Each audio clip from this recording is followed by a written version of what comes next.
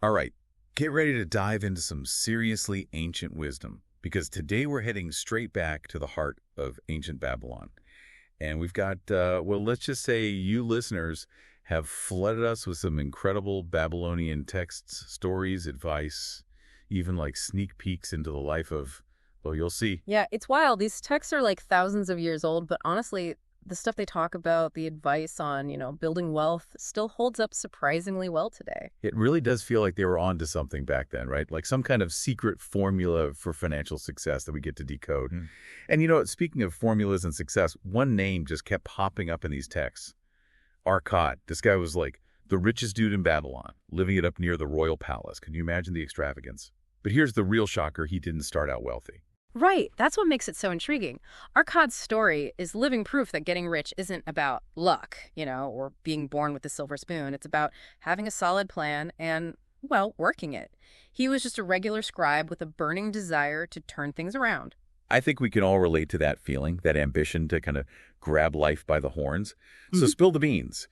How does a simple scribe climb the Babylonian ladder to become Mr. Big Bucks? Well, he was smart about it. He sought out the best of the best, a super wealthy lender named Algamish to be his mentor.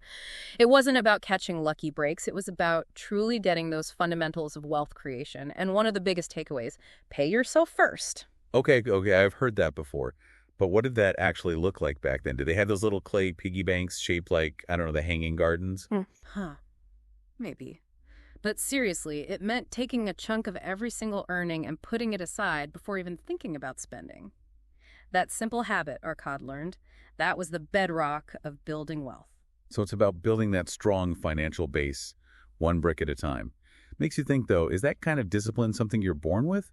Or is it more about, consciously learning to hold back on those immediate wants? You hit the nail on the head. And that's precisely why Arkad's story is still so powerful today. He didn't just trip and fall into a pile of gold.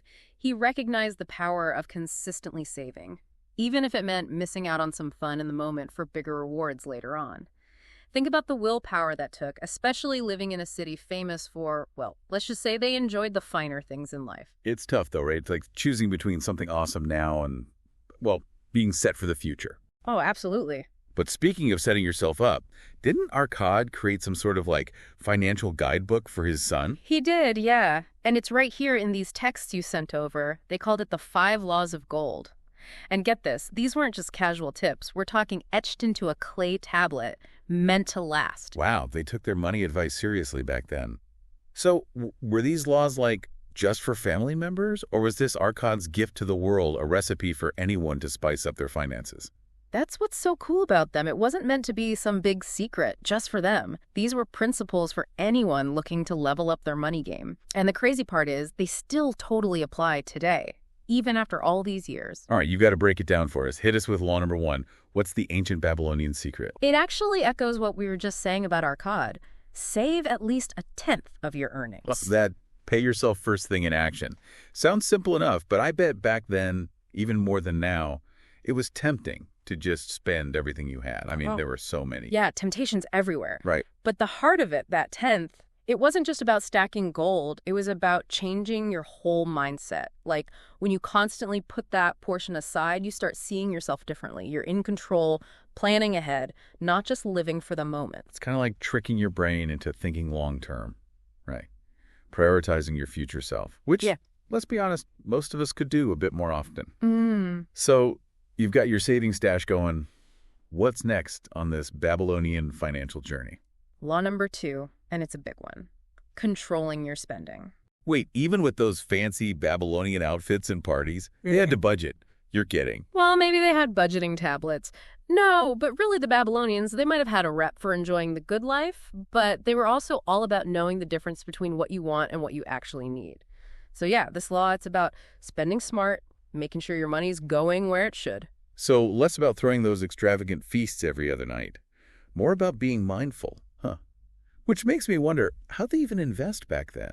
Did they have, like, Babylonian stockbrokers selling shares in the latest chariot company? Not quite, but you're on the right track. The 3rd law is all about making your gold multiply. Even back then, they knew the power of putting your money to work. Okay, so no stock market. But what were the investment options in ancient Babylon? Well, land was always a popular choice. And livestock, that was big too. Oh, and being the merchants they were, lots of investing in trade ventures, financing those big caravans, sending them out on expeditions. Talk about risky business, venturing into the unknown to grow your wealth. I guess that's where law number 4 comes in. Bingo. Guard your investments from loss. This one's all about doing your homework, not falling for those get-rich-quick schemes. Probably had a different name for it back then, though. Oh, I bet they had their fair share of too-good-to-be-true deals, just like today. So basically, protect what you've earned. Don't get blinded by the promise of easy money, right? Which leads us to the grand finale, the 5th law. What wisdom did Arkad pass down about, ensuring his family legacy lived on? This one brings us full circle. Ensure a future income. And it wasn't about hoarding riches to, swim in. It was about building something that would last, for generations to come. There's that forward thinking again. Mm-hmm. They really were playing the long game, huh? Mm. But how'd they even guarantee a future income without things like retirement accounts and all that? Well, owning a home, that was a common strategy. Investing in businesses that would keep generating income over time, things like that. It's incredible how these laws, even though they're coming from ancient Babylon, they still make so much sense for us today, Talk about timeless advice. But these texts, they aren't just about the money, are they? There's this whole other side, this whole thing about luck and how the Babylonians saw it. Oh, absolutely. In fact, they even had a goddess of luck, Ishtar. They believed she had the power to, bless people with good fortune.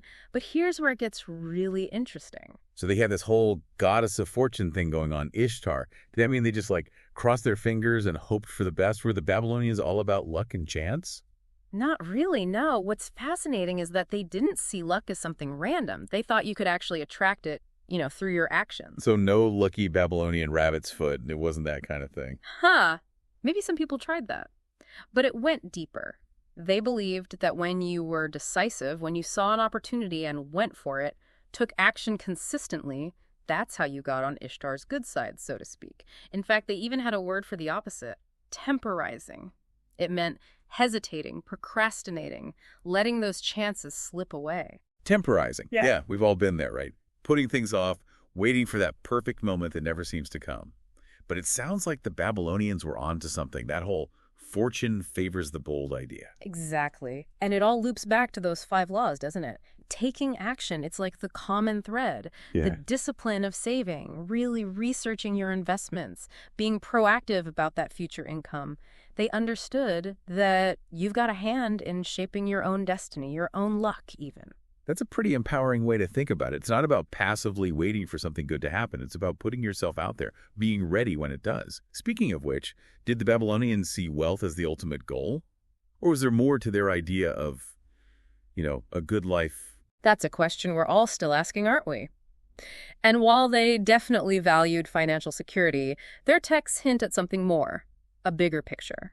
Family, owning a home, building a secure future for your loved ones. These were all deeply connected to their idea of a life well lived. So wealth was a tool, a way to create a life full of strong relationships, stability, peace of mind, that kind of thing. Yeah.